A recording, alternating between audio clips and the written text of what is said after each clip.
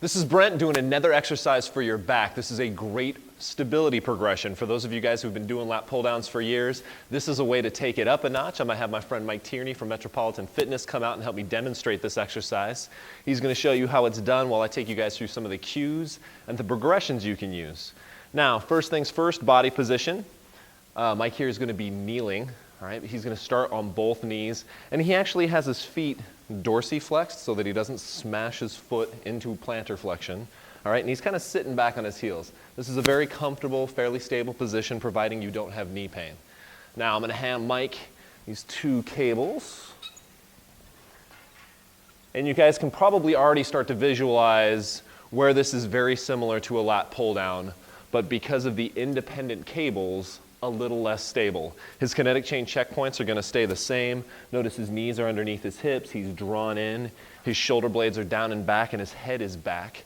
I actually have these cables set up slightly in front of his face, just like we wouldn't wanna do a lat pull down behind the head because of the compromised position it puts the shoulder. We also don't wanna put this behind the shoulder either. Besides, this is a better angle in general for scapular mechanics, as well as creating a nice line, or a line of resistance for the lats themselves. So, Mike's gonna demonstrate this exercise in a relatively stable position, sitting back on his heels first, drawing his shoulder blades down and back, and just bringing those elbows right towards his back pockets.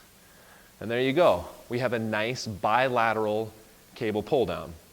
Now the first progression we could do is just go from our bilateral to our alternating. So now he's gonna keep both of these in his hand, but he's gonna go one at a time.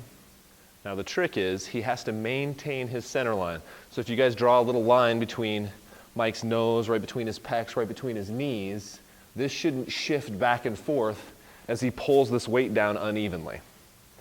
You guys will also see that it takes a lot more endurance from his shoulders, as an alternating pull down takes about twice as long as a bilateral cable pull down.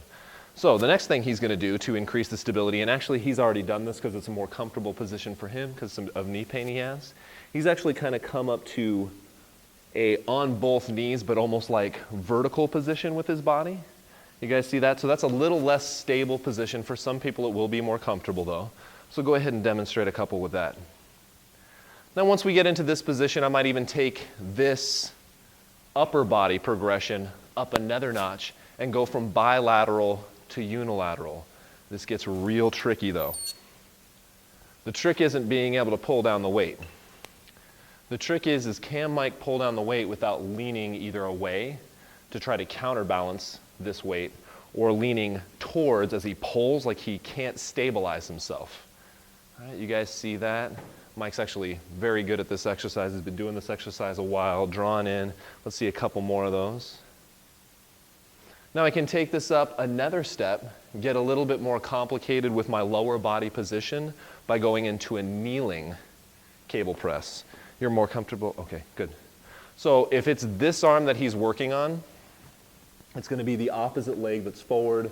This creates tension in his posterior oblique subsystem, makes this a little bit more comfortable. If you guys are doing bilateral, then the leg forward doesn't matter. So let's go ahead and see a couple more reps just like that. How's that feel? Fantastic. All right. Let's see you switch sides. I know you've done about 20 reps on that side. Since this is a stability exercise, guys, I probably wouldn't use this in a strength training phase, and obviously wouldn't use it in a max strength training phase. We're probably looking at 12 to 20 reps here, and your focus is gonna be on increasing stability and maintaining perfect form. All right, so that's 12 to 20 repetitions. You guys had the bilateral to alternating to unilateral in the upper body. We had the sitting back on the heels to sitting up on the knees to kneeling progression in the lower body. And of course, you guys can use different pieces of stability equipment to make it even more unstable. These Eric's pads themselves were only used to keep comfort in his knees. Hope you guys enjoyed the video, enjoyed the progression. I'll talk with you soon.